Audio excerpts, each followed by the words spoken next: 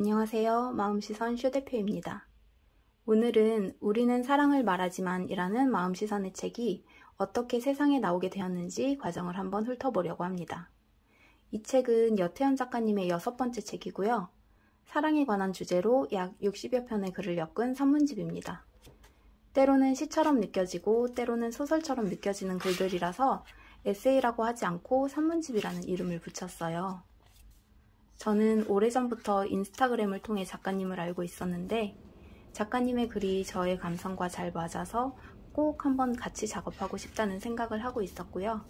그러다 마음시선을 시작하고 2020년 8월에 작가님께 함께 작업하고 싶다고 메일을 드렸고 작가님이 흔쾌히 답장을 주셔서 만나게 되었습니다.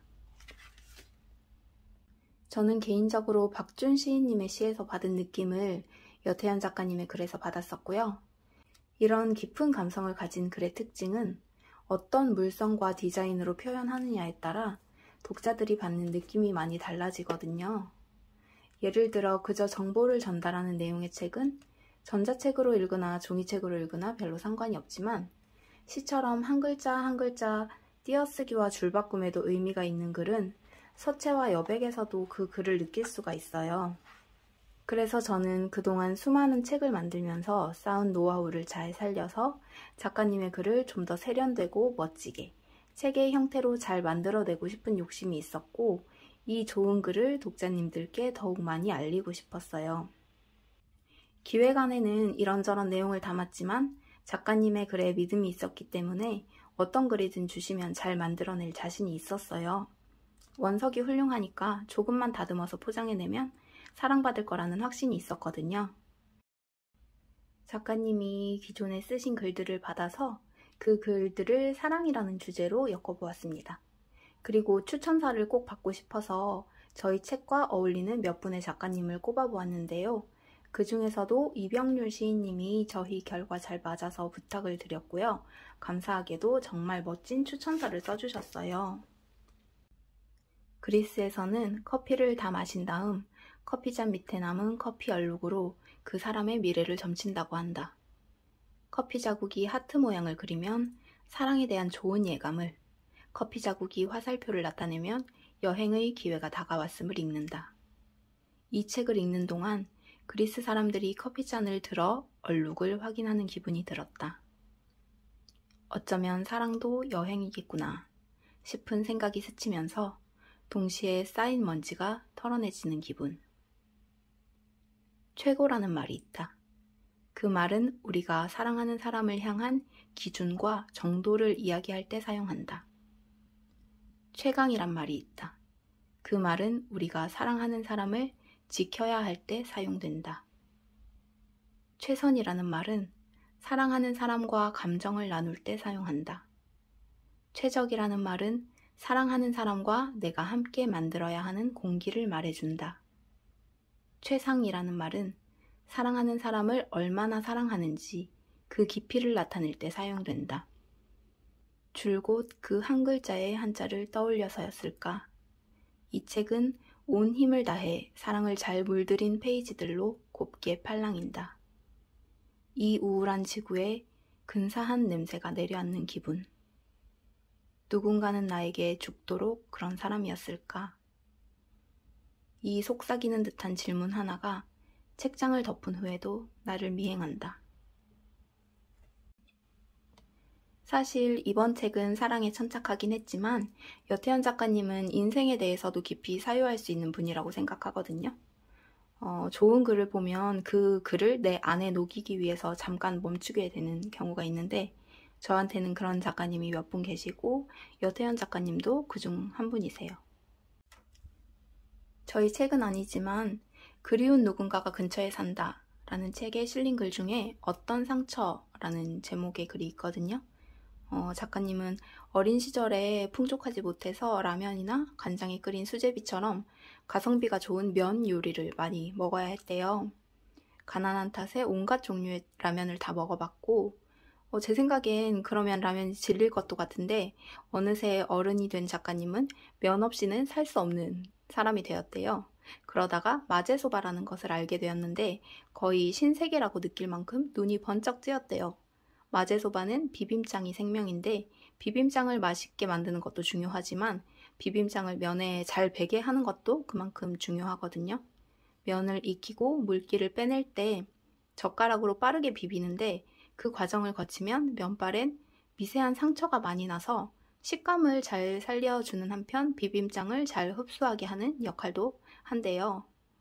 저는 이 글을 처음 읽었을 때 머리가 좀 멍해질 정도였어요. 그저 좋다는 한마디로는 표현이 안 되고 아주 많은 감정이 들었어요. 굳이 해석하지 않고 느껴지는 게 그랬어요. 왜 그렇게 느꼈을까? 살아오면서 원치 않은 상처를 수없이 받은 사람이 삶을 원망하거나 탓하는 대신 담담하게 받아들이는 성숙한 태도를 볼 수 있어서였던 것 같아요. 한 사람을 만날 때 그 사람의 세계 전부가 온다 이런 말이 있잖아요.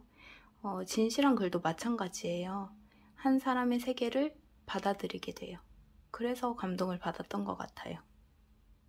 작가님은 어떤 의도로 쓰셨는지 모르겠지만 제가 받은 느낌은 그런 것 같습니다. 저희책 얘기로 돌아와서요. 사랑을 주제로 해서 글을 모았는데 아까도 말했지만 저는 소설이 아니라고 해도 책 한 권에서 나름의 기승전결이 느껴지는 것을 선호하거든요.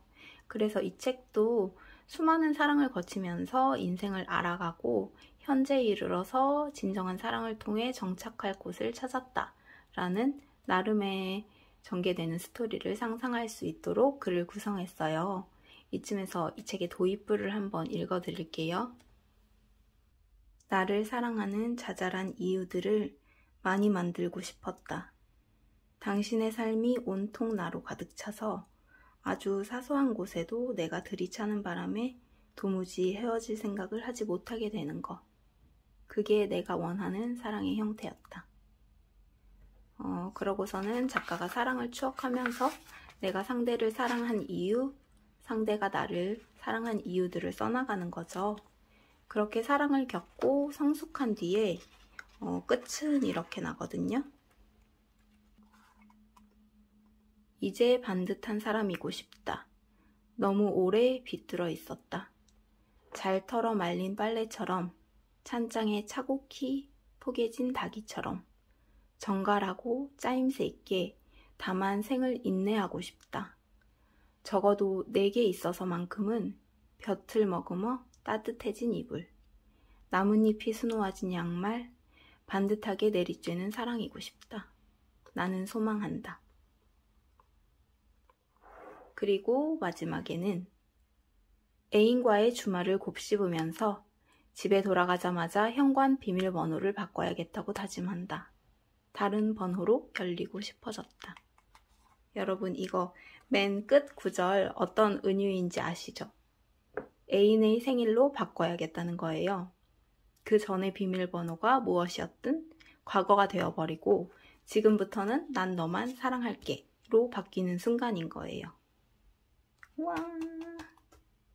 사실 제가 책 속에서 좋아하는 구절은 뽑을 수가 없어요. 너무 다 좋아서. 제가 가장 좋아하는 꼭지는 통영인데 이 글이 밑바닥까지 내려갔던 화자가 바닥을 딛고 다시 상승하는 부분이라고 생각하기 때문이에요. 이 책을 전체적으로 보자면 시작해서 잔잔하게 상승과 하강을 반복하다가 소중한 친구를 떠나보내면서 아래로 훅 떨어지는 구간이 있는데 그동안의 경험으로 시간이 지나면 힘든 것도 모두 지난 일이 될 거라고 생각하지만 사실 있는 게 말처럼 쉽지는 않잖아요. 글도 쓰지 못해서 답답한 날들이 계속되고 그 이유를 모르겠다고 하지만 사실 외면하는 거라고 생각하거든요. 그래서 어느 날엔 무작정 달려요.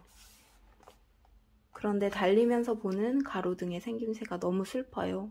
그래서 한참 울어요. 그렇게 달리다 보니까 얼떨결에 통영에 도착하는데 이렇게 쓰셨거든요. 그러는 사이에 어느새 통영이었다. 통영에 가본 것은 그때가 처음이었다. 얼떨결에 도달한 곳에서 나는 조금 자랐다. 너를 보내줄 마음이 조금 들었다. 삼면이 바다라 어디로든 달리면 끝내 바다에 도달하고 말 거라던 말을 떠올린다. 나는 그 말에 그러게 북으로 갈 생각은 없으니까 하고 농을 걸었던가? 잘 기억나질 않는다. 저는 작가님이 삶에서 슬픔을 승화하는 방식이 이런 농담이라고 생각하는데 정말 너무 슬플 때는 이런 농담이 나오지 않거든요. 삶에서도 그렇고 이 책 안에서도 그렇고요. 정말 끝간데 없는 슬픔에 잠겨 있다가 처음으로 나온 농담이 여기 이 부분이에요. 그러고 나서 보내줄 사람은 보내주고 새로운 사람을 또 맞이하는 거죠. 내용 면에서는 그렇고 책의 물성 면에서 편집자만이 알 수 있는 디테일을 좀 얘기하자면 각각의 글이 길지 않음에도 불구하고 문장의 밀도가 높아서 저는 이 책을 읽으면서 마음의 일렁임을 좀 가라앉혀야 하는 때가 많았거든요. 독자분들도 그렇게 분명히 느끼실 거라고 생각해서 천천히 음미하며 읽어나갈 수 있도록 사진을 중간중간 넣고 제목이 없는 짧은 글도 배치했어요. 그리고 이 짧은 글들은 시처럼 느껴지도록 일부러 제목을 뺐고요. 그리고 이 책에는 차례가 없는데요.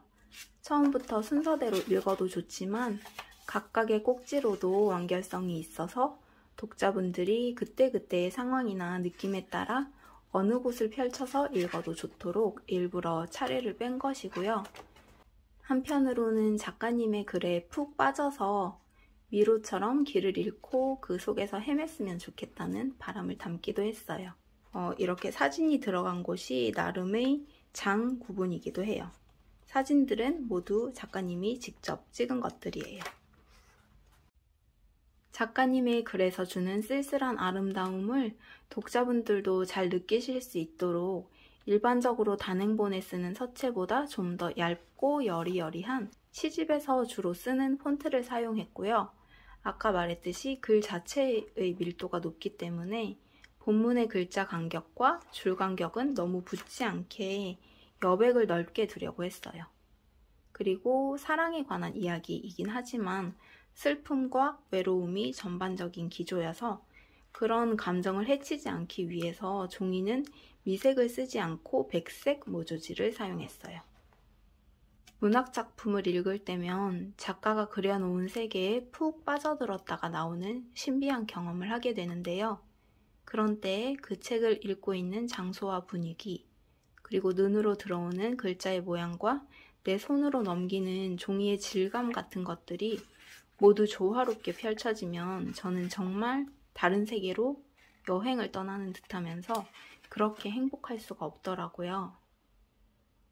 이 책의 보도자료에 솔직하고 내밀한 이 글들을 읽어나가며 독자들은 사랑을 하며 겪는 감정의 소용돌이를 대리체험할 수 있을 것이고 찬란한 지난 사랑의 기억을 떠올리며 추억에 젖을 수 있을 것이다 라고 썼는데요. 정말이지 여러분이 이 책을 통해 그런 경험을 하시면 좋겠어요. 그렇게 된다면 책을 만드는 사람으로서는 더 바랄 게 없을 거예요. 문학을 깊이 읽었을 때에만 느낄 수 있는 이 감정을 더 많은 분들이 느껴주셨으면 좋겠고요.